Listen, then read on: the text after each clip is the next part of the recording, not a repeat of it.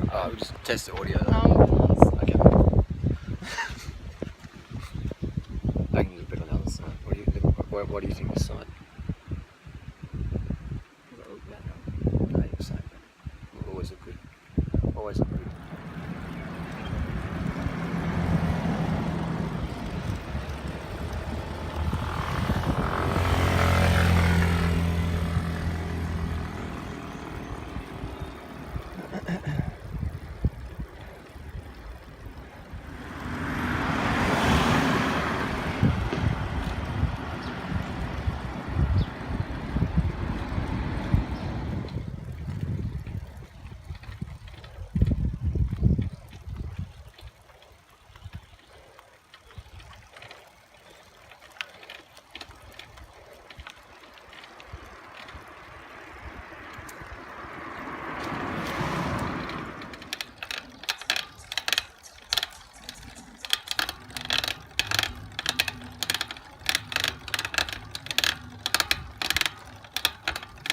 Chill though, Liz.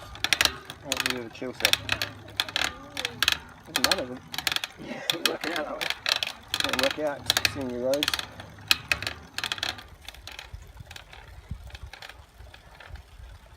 Change it. What do you mean? Change the rear. Buy a new one? Change the rear to 720. I could try doing that. That might work. So the legs are still on in one piece. How was that, Natasha? The first horse category. At first I didn't want to do it. I was at the top of the doy and we started. I was like, nah, this sucks, but I was just going a bit hard. Yeah, we dropped the power down. Just had to chill. Yeah. And just focus on pedaling. Yeah. And try not to think about too much else. Yeah, limit time distance remaining. I think it was good.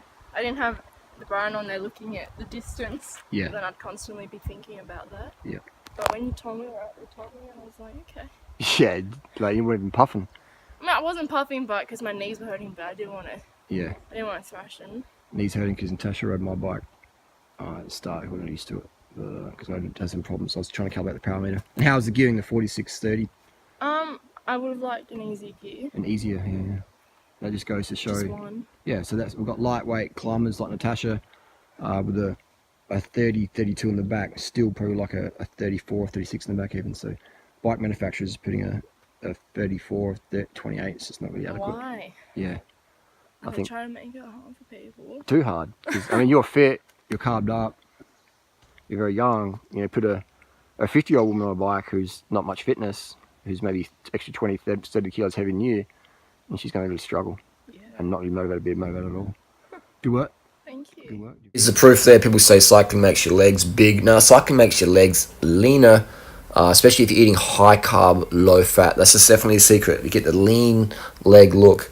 Even if your legs are very muscular, you'll still strip off the extra fat and extra fluid on there. You can strip it right off, and you'll be left with just bone, skin, muscle, tendon, and tissue, because the lymph system's just getting flushed.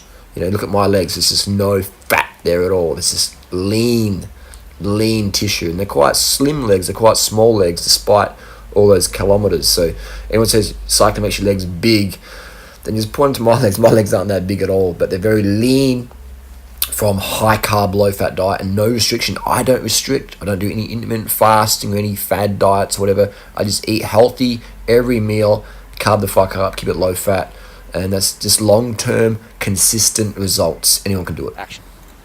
Sugar is so important for every athlete. I was on the net the other day and I see this advertisement come up for the low carb athlete and how good that could be, and there was a picture of a cyclist on there. I was just like, well, that is just the biggest fraud. Yeah. Like this smoothie, just having a few sips coming up here, I really felt that kick.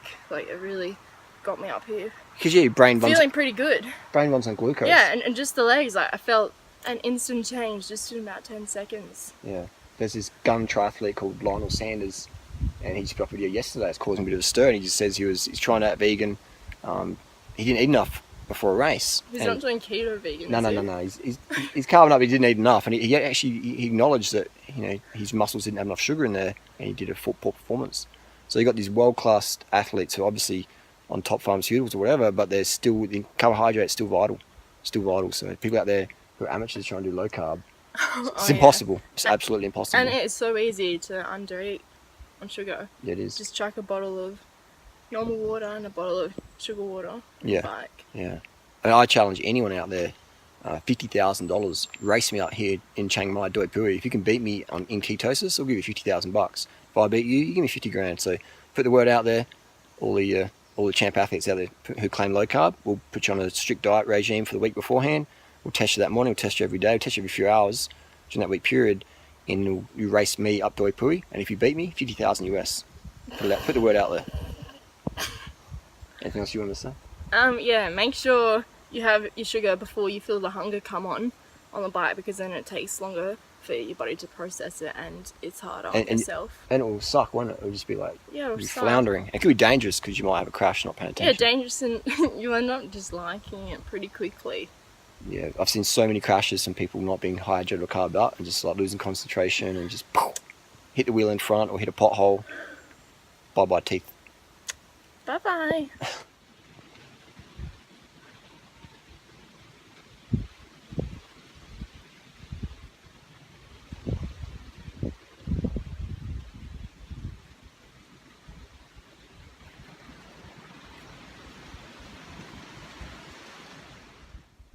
Got full salt crust in my eyebrows, on my stomach, on my chest, so it means I got a really good lymph pump. Even with the vape? Yeah. This is really good.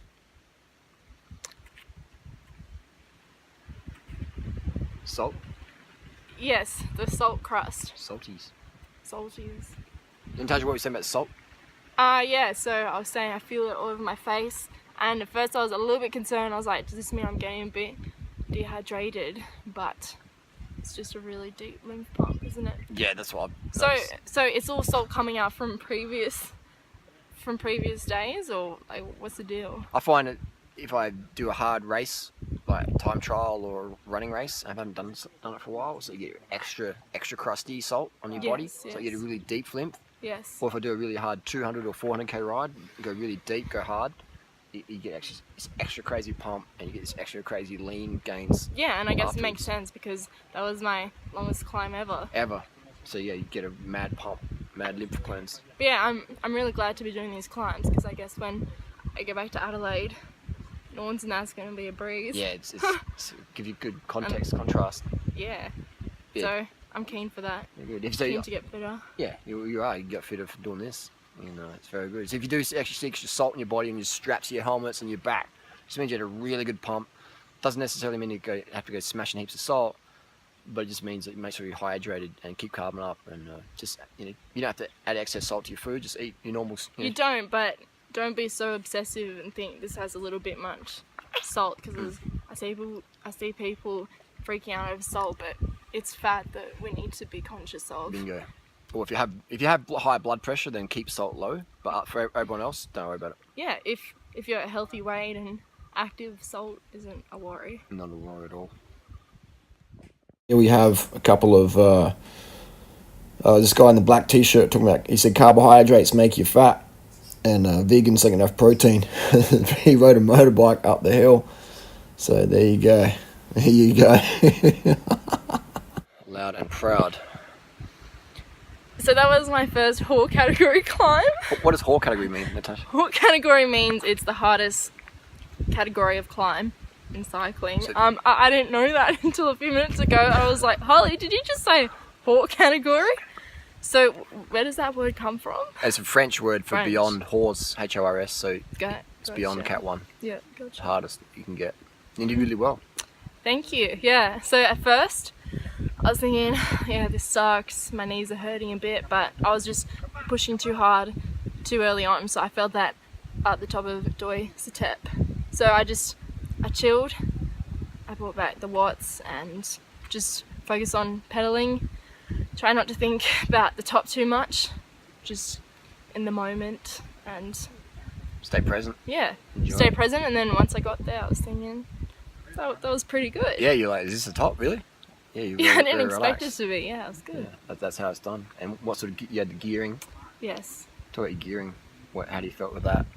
I would have liked one easier gear up some of those really steep parts, but for the most part it was fine. Yeah. So I think today you probably need to be one easier gear, but I think if you do it a few times you get the hang of it. Sure. As your fitness goes up more and more and more. Exactly. Very well done. And so have some smoothie and head down. Yeah, and I just want to make a quick note on how important sugar is for all athletes. For everybody. For everybody, yeah. Sure. I was on the net a few days ago and I see this advertisement for the low carb athlete. It was this book. I was just thinking how freaking ridiculous. What an absolute fraud. Anyone who buys that, just that misleading information, it's so wrong. Sad. How can authors write that shit? Like, I'm not sure if the authors know it's bullshit or if they're just trying to make a quick buck because they know that that's what's trending right now, or... Yeah, it's trending.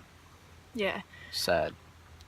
But yeah, I was so thankful I had that smoothie on the bike. Like, just having a few sips, I could feel within a few seconds that my legs were pumping better. Motivation goes up. Yeah, it does. And make sure you have your sugar before you feel hunger, because then it's going to be harder for your body to process it and you'll get more fatigue. Yeah, you go into recovery zone a lot quicker. You go into recovery mode and shut down a lot quicker. So always sipping. Eat before you're hungry, drink before you're thirsty. Exactly. Secret to fitness, secret to leanness. Yeah. So when you woke up this morning, Natasha, did you want to do the hardest, longest climb of your life? No, I did not. I first woke up at 6:50. I was like, I'm going back to sleep for a bit. So I dozed until 8:15 or something. And then I was just feeling drowsy, out of it. And I was still half asleep when I started the doy. Did you have a few cups of coffee to wake up? No, I didn't. I had a cup of water and 4 little dry bananas. Beautiful. Yeah. And there was issues with my power meter, so Harley said, I'll catch up with you. And I sort of wanted to see how far I could get before he caught up to me, so that was a bit of a mental motivation there. Yeah, because I had to turn on the afterburners to catch on up. Very good, very good. So yeah, that's a good lesson that you might wake up not feeling it, but it doesn't mean you can't do. I think unless you're dead sick, then just start out and just start easy. Don't push yourself really hard at the beginning, and then see how you're feeling after. How long do you reckon? About half an hour. About half an hour. Yeah. And then by half an hour, it's still pretty good workout you got in. Yeah. You know, something is better than nothing. Yeah, I learned that from Jackie Gallagher back in 2001 at AIS. I said to Jackie, she was a gun triathlete of the era. I said, how do you know if you should go home or not? You know, and she said, I just go out for half an hour. Yeah. And if I'm not feeling after half an hour, head home. Yeah. Back to bed. So do the half-hour test. I think that's a good template. Very good template. Yeah, you're not going to wake up king of the world. Yeah. Especially if you had a big dinner. I find if you had a big dinner, you wake up a little bit more just relaxed and chill. And especially yesterday, I was feeling pretty out of it because I had a lot of it during the day before. And I was really feeling it. I was just sitting down. I was dozing off. So. Yeah, Durian is like chill out food. It's not a performance food, but I love it so much. Yeah, definitely. All right, very good.